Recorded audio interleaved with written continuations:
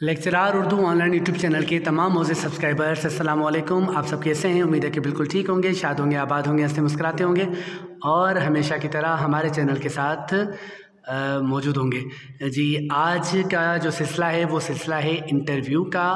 ये सिलसिला आपकी पुरज़ोर इसरार के बाद शुरू किया गया है। सिलसिले का मकसद ये है कि ऐसी शख्सियात जो ज़िंदगी में कामयाबी हासिल कर चुकी हैं, उनकी बातें, उनकी फ़िक्र, उनके ख़यालात आप तक पहुँचाए जाएँ, ताकि जो आप में से जो उम्मीदवार उनकी तरह कामयाब होना चाहते हैं वो भी आगे बढ़ें और ज़िंदगी में कामयाबी हासिल करें। इस सिलसिले की पहली कड़ी एक ऐसी शख्सियत का इंटरव्यू है जो अपने मैदान में कामयाबी के झंडे गाड़ चुके हैं और बहैसियत लेक्चरार इस वक्त काम कर रहे हैं। उन्होंने कामयाबी कैसे हासिल की, सबसे पहले उनके तारुफ़ के हवाले से बात करेंगे, लेकिन मैं ये चाहूँगा कि वो अपना तारुफ़ ख़ुद करवाएं, क्योंकि कोई शख्स ख़ुद को जिस अंदाज़ से पेश कर सकता है शायद उसका हक़ कोई दूसरा शख्स अदा ना कर सके। तो शुरू करते हैं उनसे बातचीत का सिलसिला। अस्सलाम वालेकुम सर। सबसे पहले आपकी बड़ी मेहरबानी कि आपने हमें वक्त दिया और इस बात पर आप राज़ी हुए कि आपके ख़यालात हमारे चैनल के देखने वालों तक पहुंच सकें। ये हमारे लिए एज़ाज़ की बात है। इसके लिए मैं फिर से आपका शुक्रिया अदा करना चाहूँगा। सर, आपका भी बहुत बहुत शुक्रिया कि आपने इस लायक समझा मुझे कि आप अपने नाज़रीन के लिए, अपने सामाईन के लिए आपने मुझे एक अपॉर्चुनिटी, एक मौका दिया कि मैं उनके सामने जो है वो अपनी बात रख सकूँ, अपने एक्सपीरियंसेस शेयर कर सकूँ। जो कुछ मेरे करियर में गुजरा है वो उनको as an inspiration, as a model मैं उनके सामने पेश कर सकूँ। इंशाल्लाह आपका जो है वो ये कोशिश बहुत कामयाब होगी और काफ़ी जो शागिर्द हैं वो इसे ज़रूर इस्तेफ़ादा करेंगे। Thank you sir. इंशाल्लाह। अच्छा जी, खुशामदीद के बाद मैं ये चाहूँगा कि आप अपना तारुफ़ हमारे देखने वालों के लिए पेश करें, बताएं, ताकि उन्हें पता चले कि जो हीरा आज उनके सामने है, स्क्रीन पर है, वो कौन है। जी सर, मैं बेसिकली हीरा तो नहीं हूँ, एक आम सा ही आदमी हूँ। मेरा नाम इमरान खान है और मैं लाड़काना के एक गाँव, जिसे आप छोटा सा शहर कह सकते हैं, नोडेरो से मेरा ताल्लुक़ है, जो कोई 18 किलोमीटर दूर है लाड़काना से। मैं एक मिडिल क्लास फैमिली से बिलोंग करता हुआ बंदा हूँ और मेरी तालीम सारी थी वो एक सरकारी स्कूल, जिसे आप टाट स्कूल कहते हैं, येलो स्कूल, उसमें हुई थी। तो मैंने अपने मोहल्ले के प्राइमरी स्कूल से जो है वो तालीम हासिल की। उसके बाद प्राइमरी तालीम हासिल की, फिर अपने शहर के गवर्नमेंट हाई स्कूल नोडेरो से मैंने मैट्रिक का इम्तिहान पास किया। उसके बाद मैंने जो है वो इसी कॉलेज से, जहाँ से मैं आज आपसे मुखातिब हूँ, उसी से मैंने इंटरमीडिएट और बीएससी के एग्ज़ाम्स पास किए। फिर उसके बाद मैं एजुकेशनल फील्ड में गया और जो है वो कुछ टाइम सिंध यूनिवर्सिटी जामशोरो भी गया, लेकिन वहाँ से जो है मैं वापस आ गया और जॉब तो 2008 में मुझे JST यानी कि जूनियर स्कूल टीचर की जॉब ऑफ़र हुई, जो कि मैंने एक्सेप्ट की और मैं वहाँ पे पढ़ाने लगा। साथ ही साथ मेरी एजुकेशन की तालीम जो है वो भी चलती रही और मैंने 2019 में कमीशन SPSC का इम्तिहान दिया लेक्चर एजुकेशन के लिए और उसमें पास हुआ और मैं आज आपसे मुखातिब हूँ as lecturer in education at government boys degree college Naudero, district Larkana से। बहुत अच्छा इमरान साहब, आपने अपने तारुफ़ के साथ हमें अपना जो तालीमी करियर था, आपका जो तालीमी सफ़र था, उसके बारे में भी बताया। मैं मज़ीद ये पूछना चाहूँगा कि आपने सिर्फ मास्टर्स तक तालीम हासिल की या उससे आगे MPhil की तरफ भी बढ़े?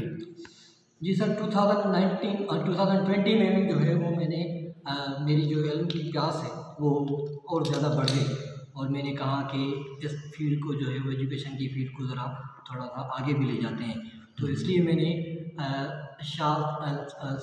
शहीद Zulfikar Ali Bhutto institute of science and technology Larkana से मैंने MS ELM की तालीम हासिल करने का फ़ैसला किया और उसमें एडमिशन लिया। अभी जो है वो मैंने अपना सारा कोर्स वर्क भी कंप्लीट कर लिया हुआ है और थीसिस जो है वो मैंने सबमिट किया हुआ है। इंशाल्लाह अगर आपकी दुआओं से वो भी सबमिट हो जाएगा और मैं MS की डिग्री हासिल कर पाऊँगा। अच्छा, आपने थोड़ी देर पहले ये ज़िक्र किया कि आप सिंध यूनिवर्सिटी गए थे पढ़ने के लिए और जॉब ऑफ़र होने की वजह से, HST की जॉब ऑफ़र होने की वजह से आप वापस आ गए। आपको इतना बड़ा फ़ैसला क्यों लेना पड़ा? सर बेसिकली हमारे यहाँ जो है वो जैसे कि मैंने बताया कि मैं एक रूरल एरिया से बिलोंग करता हूँ, तो एम्प्लॉयमेंट फाइंड करना हमारे यहाँ बहुत बड़ा इशू होता है। और मेरे वालिदैन, स्पेशली मेरे वालिद साहब को मेरे हवाले से बहुत फ़िक्रमंद वो हमेशा से रहे हैं, क्योंकि एल्बिनिज़म की वजह से वो हमेशा ये कहते रहे थे, और सारे जो हमारे अहबाब हैं, मेरे दोस्त वगैरह, वो सब कुछ यही कह सकते थे कि ये बंदा आगे जाकर क्या कर पाएगा, क्योंकि इससे को मैनुअल कोई काम तो होने का नहीं। तो जैसे ही यानी कि क्योंकि मैंने बीएड तो पहले किया हुआ था, तो मैंने अप्लाई किया था जेईएसटी के लिए, और जैसे ही वो मुझे ऑफ़र हुई तो वालिद साहब ने कहा कि ये अपॉर्चुनिटी बहुत ज़्यादा अच्छी है, इसीलिए आप जो है वो वहाँ की जो डिग्री है एमबीए की, वो आप छोड़कर यहाँ पर आ जाएं, ताकि आपके जो माली मसाइल हैं वो सारे हल हो सकें।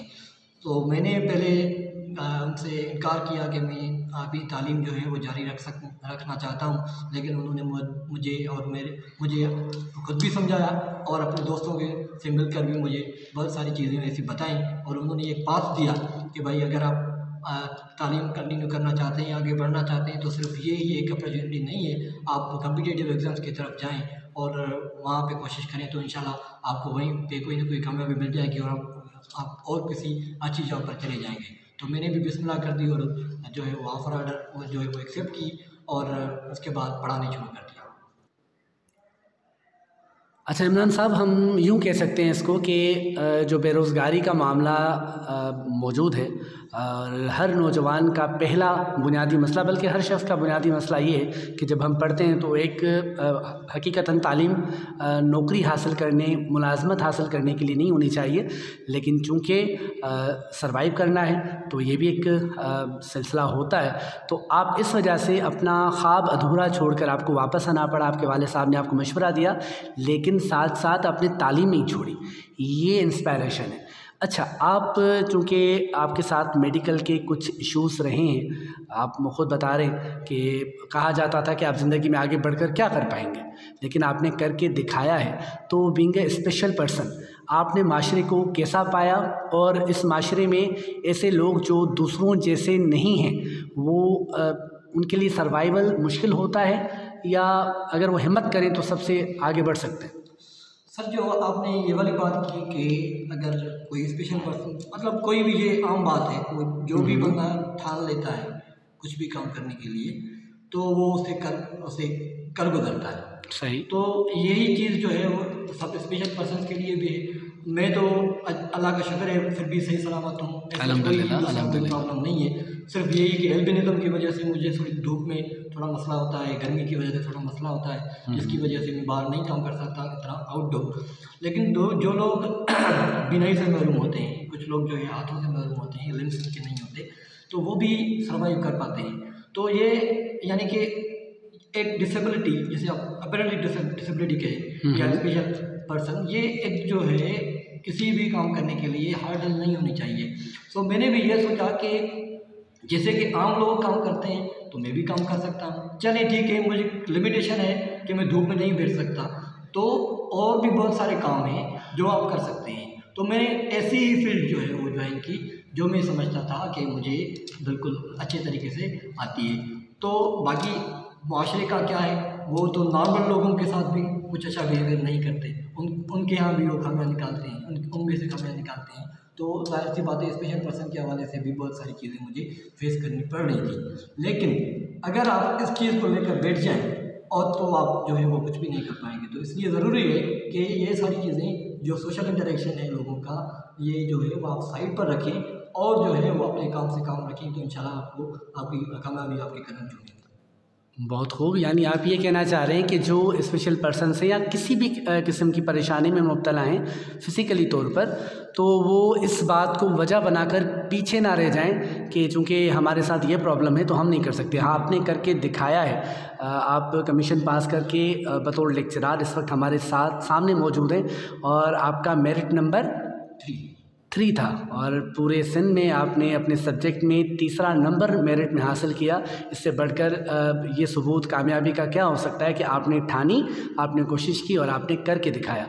यूनिवर्सिटी की बात हुई थी तो हमारे यहाँ एक आम ख्याल ये पाया जाता है इमरान साहब कि जो तालिब इल्म गुरबत की वजह से या किसी भी माली सबब की वजह से या किसी और सबब की वजह से यूनिवर्सिटी जाके नहीं पढ़ सकते और वो प्राइवेट तालीम हासिल करते हैं या यहाँ के जो अपने शहर के छोटे इदारे होते हैं या किसी भी तरीके से वो तालीम हासिल करते हैं, यूनिवर्सिटी रेगुलर नहीं पढ़ पाते, तो वो कामयाब नहीं हो सकते या वैसे कामयाब नहीं हो सकते जैसे यूनिवर्सिटी से क्वालिफाइड जो स्टूडेंट्स होते हैं, लोग होते हैं, वो हो पाते हैं। ऐसा है सर, कुछ हद तक आप कह सकते हैं, क्योंकि यूनिवर्सिटी जो है वो आपको एक बहुत ज़्यादा जो है एक माहौल प्रोवाइड करता है, लेकिन इसका हरगिज़ मतलब ये नहीं कि सिर्फ यूनिवर्सिटी वाले लोग ही आगे बढ़ सकते हैं। सेल्फ स्टडी एक बहुत अच्छी चीज़ है, एक बहुत बड़ी चीज़ है मेरे ख्याल से। मैं जो इस वक्त आपके सामने खड़ा हूँ, बेसिक्स तो मेरे ठीक है फॉर्मल एजुकेशन में थे, जो प्राइमरी सेकेंडरी लेवल पर या कॉलेज लेवल पर जो कुछ भी मैंने पढ़ा था बेसिक्स के हवाले से वो तो है, लेकिन एजुकेशन मैंने कोई फॉर्मली बैठ कर नहीं पढ़ी थी। तो ये जो है मैं साइट पे बैठ कर पढ़ रहा था और मैंने सेल्फ स्टडी की काफ़ी ज़्यादा। उसके अलावा जो मुझे प्लस पॉइंट हासिल है वो मैं मुख्तलिफ कम्पिटिटिव एग्ज़ाम्स में जाके कम्पीट करता रहा हूँ। मैंने CSS के 3 बार जो है वो अटैम्प्ट दिए थे। उसके बाद मैंने CC यानी कि सिंध पब्लिक सर्विस कमीशन के जो CC के एग्ज़ाम्स होते हैं वो भी मैंने अटैम्प्ट किए थे। तो इससे जो है वो मेरी स्टडी का जो स्फेयर है, जो दायरा है वो काफ़ी बढ़ गया और इससे जो है एक सेल्फ स्टडी की आदत पैदा हो गई। अगर कोई भी बंदा सेल्फ स्टडी कर ले और उसको पता है कि ये सब्जेक्ट में ट्रेंडिंग क्या है, किस चीज़ की ज़रूरत है, कौन कौन से क्वेश्चंस जो है वो फैशनेबल है आजकल, तो वो क्रैक कर सकता है कोई भी एग्ज़ाम के लिए। उसके लिए ज़रूरी नहीं कि आप फॉर्मल बैठ कर किसी क्लास में जाकर कोई तालीम हासिल कर सकें। आपको देखकर, आपसे मिलकर और आपकी गुफ्तगू सुनकर मेरा ख़्याल तो ये है कि कोई फ़र्क नहीं है। जो रेगुलर पढ़ता है, जो ख़ुद स्टडी करता है, अगर जज्बा हो तो आप आगे बढ़ सकते हैं और अच्छों से अच्छे हो सकते हैं। जी, और आपने ये साबित किया है। जी बिल्कुल ठीक बात है। ठीक है जी। तो यानी साबित ये हुआ कि अगर कोशिश की जाए तो किसी भी इदारे से पढ़कर आगे बढ़ा जा सकता है। अब आते हैं कमीशन की तरफ। आपने कहा कि आपने CSS के एग्ज़ाम्स जो थे वो भी दिए, उसमें कामयाबी ना मिल सकी और उसके अलावा भी मुकाबले का इम्तिहान आपने दिया। इससे आपको फ़ायदा ये हुआ कि एक तो आप जो लोग मायूस हो जाते हैं और रह जाते हैं कि बस नहीं हुआ तो नहीं हुआ, आगे नहीं बढ़ना है, आप आगे बढ़े और उससे आपने सीखा। लेक्चरशिप की तरफ आना कैसे हुआ? सर, क्योंकि मैं 2008 से जो है वो JST, पहले मैं JST था, जूनियर स्कूल टीचर था, फिर 2021 में मैं HST बना, तो प्रोफेशनली मैं जो है वो पढ़ा रहा था और साथ ही साथ मेरी एजुकेशन की तालीम भी जो है वो जारी रह रही थी। तो एक प्रोफेशन तो वैसे ही मेरे पहले था, तो मैंने सोचा कि क्यों ना एक स्टेप आगे बढ़ा जाए और जो अब मैं 15 साल तक छोटे बच्चों को पढ़ाता रहा हूँ, क्यों ना ये जो चीज़ है ये आगे अप्लाई करूँ। तो इससे मुझे ये शौक जागा कि भाई एक स्टेप आगे बढ़ा जाए और लेक्चरर का एग्ज़ाम दिया जाए, ताकि मैं अपने प्रोफेशन की जो वो एक तशनगी है उसको मैं वो पूरा कर सकूँ। आप हमेशा से उस्ताद बनना चाहते थे? जी, मैं हमेशा से उस्ताद बनना चाहता था। ठीक है, क्योंकि उस्ताद ज़हन तामीर करता है और आप अल्हम्दुलिल्लाह उस मनसब पर अब फायज़ हैं। अच्छा, जो लोग कमीशन का इम्तिहान, हम लेक्चरशिप की बात कर रहे हैं, पास करना चाहते हैं, देना चाहते हैं, जिन्होंने अप्लाई किया हुआ है या मुस्तकबिल में अप्लाई करेंगे, आप हमें ये बताइए, क्या ये बहुत मुश्किल इम्तिहान है? इसको पास करना कोई स्पेशल लोग होते हैं जो पास करते हैं या कोई भी मेहनत करे तो कर सकता है? सर, मेहनत ही एक ऐसा जो है वो आप कह सकते हैं कि एक ऐसा हथियार है जिससे आप जो है वो कोई भी चीज़ हासिल कर सकते हैं। कोई भी ख़ास बंदा नहीं होता जो ये पास कर सकता है। कोई भी बंदा, आम से आम बंदा, मैं भी कोई आम बंदा हूँ, मैं कोई एक्स्ट्राऑर्डिनरी जीनियस नहीं हूँ। आप कह सकते हैं कि मैं कोई मीडियोकर बंदा ही जिसने ये इम्तिहान पास किया। तो मेहनत जो है वो एक पहला जो है वो स्टेप है। उसके बाद जो मैं ये चाहता हूँ कि सब लोग मेरे से सीखें या जो मेरे से जाने, वो ये है कि किसी भी सब्जेक्ट में पास होने के लिए 25% अपनी क्रेविंग काम आती है। बाकी जो 75% है वो आपको कंसेप्ट काम होता है। यहाँ पर मैं देखता रहता हूँ कि बच्चे कोशिश करते हैं कि बहुत से ज़्यादा, यानी कि 1 लाख 2 लाख कोई MCQs हो हमारे पास, कोई नोट्स बने हुए हों दूसरों के, और जो हम पढ़ के घंटा इस्तेफादा करें, तो मेरे ख्याल से आप 25% मसला तो इससे हल हो जाता है, लेकिन 75% फिर भी आप रह जाते हैं। तो अगर आपका कंसेप्ट क्लियर है किसी भी हवाले से, तो फिर मेरे ख्याल से आपकी सक्सेस जो है वो यकीनी है। और ये सिर्फ न सिर्फ टेस्ट में बल्कि इंटरव्यूज में भी, वहाँ पे भी जो है वो आपको ये चीज़ हेल्प करेगी। आप जो है, चाहे आपको सवाल उस तरह से नहीं भी आता हो, तो आप उसको अपनी तरफ पर डाइवर्ट कर सकते हैं अगर आपका कॉन्सेप्ट क्लियर है। यानी MCQs बेस्ड जो टेस्ट होता है उसके लिए भी आपको कॉन्सेप्ट क्लियर करना पड़ता है। जिस तरह मार्केट में गाइड्स मिलती हैं या लोग चाहते हैं कि हमें बने बनाए नोट्स मिल जाएं, यानी ये समझे कि बनी हुई देग मिल जाए और हम खाएं उसमें से, तो ऐसा नहीं है। आप चाह रहे हैं कि ख़ुद कोशिश की जाए और कॉन्सेप्ट्स क्लियर किए जाएं। तो तहरीरी इम्तिहान के साथ ये इंटरव्यू की भी तैयारी ऐसे आपकी होती जाएगी। आप क्या टिप्स देंगे? अच्छा, इससे पहले मैं टिप्स आपसे पूछूं, एक और ख़याल नौजवानों के दरमियान पाया जाता है जो कि मैं समझता हूं बिल्कुल गलत है, मेरा जो ज़ाती तजुर्बा रहा है उसके मुताबिक भी गलत है, कि एक कमीशन का जो प्रोसेस है या जो इम्तिहान है वो उसमें मेरिट नहीं है। हालांकि ऐसा नहीं है, हज़ारों जिनको हम जानते हैं, मिसालें हैं, ठीक है, तो हमने उनको देखा वो प्योर मेरिट पर सामने आए। आपकी मिसाल हमारे सामने, आपका इस बारे में क्या ख़याल है? ये गलतफहमी कैसे दूर होनी चाहिए? सर, इसमें ये जो गलतफहमी, पहले तो ये जानना चाहिए, देखिए इंटरव्यू कमीशन के हवाले से जो ये तासर पाया जाता है कि वहाँ पर मेरिट नहीं है, तो ये बिल्कुल गलत तासर है। मैं एक एग्जांपल आपके सामने बैठा हूँ और मैं कसम मैं बिल्कुल वसूख के साथ कह सकता हूँ कि किसी भी किस्म की कोई भी सिफारिश या कोई भी अनफेयर मीन्स यूज़ नहीं होते। बिल्कुल ही एक ट्रांसपेरेंट प्रोसेस है। आप लोग जितनी मेहनत करेंगे, जो भी मेहनत करेगा उसको इंशाल्लाह उसका फल ज़रूर मिलेगा। मसला आमतौर पे हमारे साथ खुद के साथ होता है, जिसके लिए हम पास नहीं हो पाते, तो हम इल्ज़ाम जो है वो किसी दूसरे पर लगा देते हैं, बजाय कि हम देखें कि हमने कहाँ गलती की, कहाँ हमारे अंदर कमी थी जो कि दूर की जा सकती है। तो हमें लगता है सिस्टम ख़राब है। जी बिल्कुल ऐसा ही है। तो सिस्टम तो ख़राब हो सकता है, लेकिन यहाँ पे जो है मैं कह सकता हूँ कि ये सिस्टम आपके तजुर्बे के मुताबिक बिल्कुल फेयर सिलसिला है। और अगर कोई भी आपका अपना जो बैकग्राउंड है वो रिच बैकग्राउंड नहीं है, तो आप और हमारे कई ऐसे दोस्त जानने वाले हैं जो कि बिल्कुल एक पुअर फैमिली से ताल्लुक़ रखते हैं, लेकिन उसके बावजूद वो कमीशन पास करके लेक्चरार हुए या मुख्तलिफ़ एग्ज़ाम्स में उन्होंने कामयाबी हासिल की। अच्छा, एजुकेशन आपका सब्जेक्ट है इमरान साहब। जी सर। आपने CSS के अटैम्प्ट भी दिए और उसके अलावा आपने मुकाबले के इम्तिहान की तैयारी भी की, वो भी आपको फ़ायदा हुआ।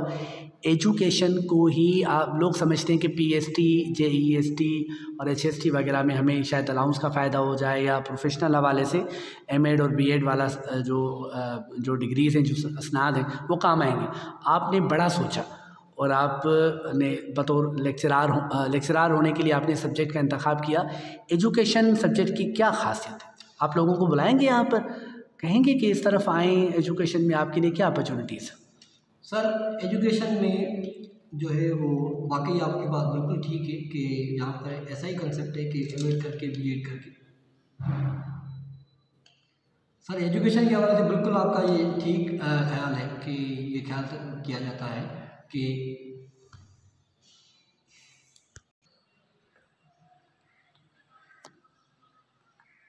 जी इमरान साहब। सर, आपकी बात बिल्कुल ठीक है कि यहाँ पर ये कंसेप्ट है कि MAd और BAd जो जैसे ये प्रोफेशनल डिग्रीज़ जो हैं, ये सिर्फ कुछ अलाउंसेस के लिए ली जाती हैं, और आमतौर पर जो PST और JST या HST होते हैं, ये लोग सिर्फ इसको प्रेफर करते हैं। लेकिन it is a very vast field. आप इसमें से बहुत सारी अपॉर्चुनिटीज़ हासिल कर सकते हैं। जैसे कि मैंने ये एक अपॉर्चुनिटी ली है लेक्चरशिप की, उसके अलावा आप जो है वो MAd की बेसिस पर हेडमास्टर बन सकते हैं, स्कूल के एडमिनिस्ट्रेटर बन सकते हैं, अपना स्कूल खोल सकते हैं, अपना बिजनेस कर सकते हैं। इसके हवाले से दूसरी साइड पर आ जाए, आप करिकुलम डेवलप कर सकते हैं, करिकुलम डेवलपमेंट एक विंग होती है हमारे एजुकेशन डिपार्टमेंट की, जहाँ पे आप काम कर सकते हैं। उसके अलावा आप टेस्ट एडमिनिस्ट्रेशन कर सकते हैं। अब टेस्ट एडमिनिस्ट्रेशन ये होता है जैसे कि बहुत सारे एग्ज़ाम्स होते हैं, NTS हो गया या SPSC हो गया, तो ये जो सारी चीज़ें हैं ये टेस्ट को एडमिनिस्टर करते हैं, यानी कि टेस्ट डेवलप करते हैं, फिर उसको इवेल्युएट करते हैं, फिर उसकी रिजल्ट्स वगैरह देते हैं। ये भी एक अलग प्रोफेशन है जो कि इसी फील्ड से निकलता है, तो आप ये भी काम कर सकते हैं। फिर आप जो है वो एडवोकेसी फर्म्स में काम कर सकते हैं, एजुकेशन के हवाले से NGOs में काम कर सकते हैं, सोशल वर्क में काम कर सकते हैं। फिर उसके अलावा आप कंसल्टेंसी में काम कर सकते हैं कि अगर किसी इंस्टीट्यूशन में कोई मसाइल हैं एजुकेशन के हवाले से, वो डिलीवर नहीं कर पा रहे, या किसी की जो है वो अच्छी वो ग्रोथ नहीं हो रही एजुकेशन इंस्टीट्यूशन की को, तो क्या फ्लॉज हैं वो आपको कंसल्टेंसी वाले फाइंड आउट करके देते हैं, फिर उनके सोल्यूशंस बताते हैं। तो बहुत सारी अपॉर्चुनिटीज़ हैं जैसे आप, और इसके बाद एजुकेशनल रिसर्च एक बहुत बड़ी फील्ड है, ग्रोइंग फील्ड है, और सारी दुनिया में इसका डंका बज रहा है, तो आप वहाँ पे जो है वो भी काम कर सकते हैं। इस हवाले से अगर आपके पास M.Ed की डिग्री है या इस हवाले से कोई प्रोफेशनल डिग्री है तो आपको वो अपॉर्चुनिटीज़ मिल सकती हैं। यानी तमाम जो सब्जेक्ट्स हैं उसमें उस सब्जेक्ट की नॉलेज होती है।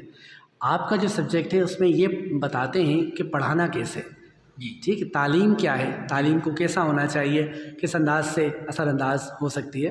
तो आपने बहुत अच्छा बताया कि सिर्फ ये फील्ड नहीं है, इसके अलावा भी फील्ड्स हैं। अच्छा, कमीशन की बात चली, इसके प्रोसेस की बात चली, रिटन टेस्ट की बात हुई। रिटन टेस्ट अक्सर हमारे जो उम्मीदवार हैं वो पास कर भी जाते हैं। कुछ का हाफ़्ज़ा बहुत अच्छा होता है, कुछ वाकई बहुत ज़्यादा ज़हीन होते हैं, उनके कॉन्सेप्ट्स क्लियर होते हैं। इंटरव्यू का मरहला जब आता है तो उसमें अक्सर अच्छे अच्छे स्टूडेंट्स जो हैं, अच्छे अच्छे उम्मीदवार कैंडिडेट्स जो हैं वो रह जाते हैं। क्या वजह होती है, क्या कौन सी ऐसी टिप्स या ऐसा तरीक़ेकार हो सकता है कि अपनी बेहतरीन परफॉर्मेंस कारकर्दगी का मुज़ाहरा किया जा सके? सर, इंटरव्यू के लिए मेरा जो अपना एक्सपीरियंस है वो यही रहा है कि आप इंटरव्यूअर को समझें, और interview is all about you, what you are, यानी कि एक आप उनके सामने खुद को सेल करने जा रहे हैं, ऐसे समझना है कि भाई मुझ में ये सारी चीज़ें हैं, मैं ये कर सकता हूँ, जिससे वो इम्प्रेस हो। फिर उसके बाद आप जो है इंटरव्यू को खुद ड्राइव करते हैं। मैं अपनी एग्जांपल दूंगा कि जैसे मुझसे अभी पूछा गया इस इंटरव्यू में कि अगर आपको लेक्चरर बना दिया जाए तो आप क्या कर सकते हैं हमारे लिए, कौन से सब्जेक्ट जो है वो आप पढ़ा सकते हैं। तो मैंने उनसे कहा कि भाई मैं एजुकेशन साइकोलॉजी पढ़ा सकता हूँ, फिर मैंने कहा कि करिकुलम पढ़ा सकता हूँ, फिर मैंने असेसमेंट का कहा कि मैं असेसमेंट के और एवेल्यूएशन के हवाले से सब्जेक्ट जो है वो पढ़ा सकता हूँ। लेकिन आखिर में मैंने सिग्निफिकेंटली जानबूझकर ये कहा कि मैं सर एजुकेशनल रिसर्च अच्छी पढ़ा सकता हूँ। तो उसको जो है वो ये एक तासुर गया कि भाई ये एजुकेशन रिसर्च में बहुत ज़्यादा जोर देकर चल रहा है, तो चलें ठीक है, उसको इसी में जो है वो भगाता हूँ। तो उसने ये इंटरव्यूअर ने जो है उसी से सारा इंटरव्यू फिर मेरा वहीं से शुरू हो गया। जैसे आप कह सकते हैं कि असल इंटरव्यू मेरा जो था वो वहीं से था। और क्योंकि मुझे खुद भी एतमाद था कि मैं एजुकेशन रिसर्च कर भी रहा था, खुद भी एक एक्सपेरिमेंटल रिसर्च कर रहा था, तो मुझे सारी इन्स एंड आउट्स का पता था, तो मैं वहाँ पे उसको ले गया और वहाँ से सारा इंटरव्यू। तो इस तरह से आप जो है अपने इंटरव्यू को खुद ड्राइव करें, आप अपनी वीकनेसेस को समझें, आप अपनी स्ट्रेंथ्स को समझें, फिर उस हवाले से जो है जाकर आप इंटरव्यूअर को गाइड कर सकते हैं कि वो कहाँ से आपसे पूछे। यानी आपके अंदर जो भी ख़ासियतें हैं, खुसूसियात जो भी हैं, ये आप में कमाल हासिल होना चाहिए आपको कि वो बयान कर सकें अच्छे अंदाज से और बता सकें कि मेरे अंदर ये चीज़ें मौजूद हैं, और आप इसमें कामयाब हुए। और हम फिर जिक्र करेंगे कि पूरे सिंध में जो एजुकेशन का जो रिज़ल्ट आया, नतीजा आया, आपने तीसरी पोजीशन हासिल की, तीसरा मेरिट नंबर है, और ये मजाक की बात नहीं है, बड़ी अचीवमेंट है। और आपकी ज़िंदगी से ऐसे लोग बहुत मुतासर होंगे, मैं खुद बड़ा मुतासर हूँ कि आपने जो जर्नी अपनी बताई है। अच्छा, एक और बात, हम अब इंटरव्यू के अख्ताम की तरफ जा रहे हैं। एक बात ये पूछना चाहूँगा आपसे कि जब हम छोटे थे तब तालीम और तरबियत दोनों अल्फाज साथ साथ आते थे।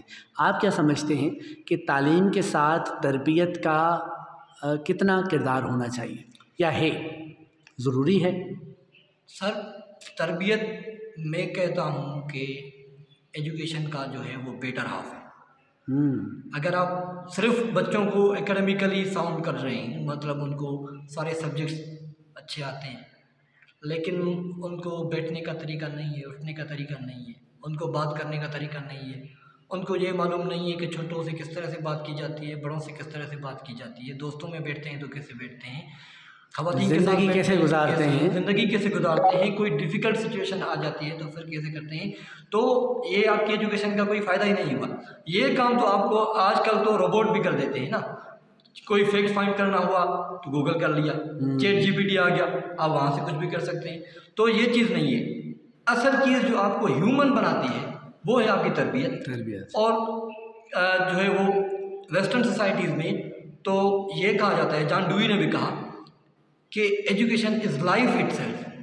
ये सिर्फ लाइफ का कोई पर्पज़ नहीं है, ये ख़ुद एक लाइफ है।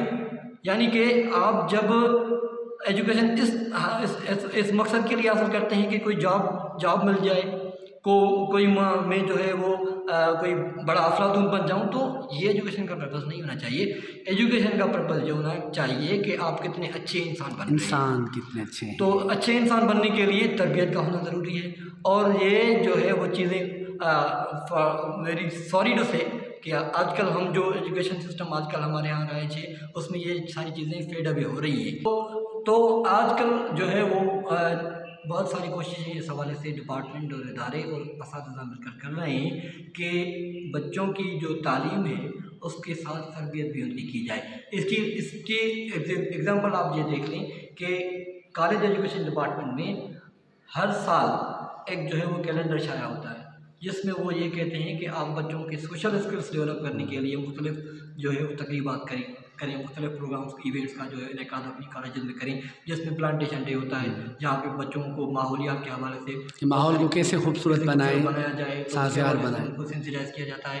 फिर उनको करियर काउंसलिंग की जाती है, फिर उनकी जो है वो मुख्तलिफ इवेंट्स मतलब लतीफ़ डे हो गया, फिर सीरत नबी कॉन्फ्रेंस वगैरह हो गई। तो ये सारी चीज़ें जो है वो बच्चों को बताई जाती हैं ताकि वो जाकर अमली ज़िंदगी में अपनी एजुकेशन को रिलेट कर सकें।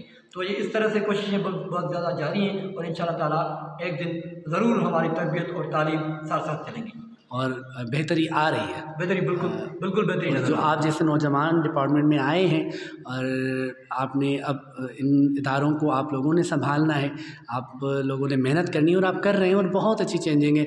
अच्छा इमरान साहब, आखिर में आपको बहुत वक्त लिया है हमने, उसके लिए पेश की शुक्रिया।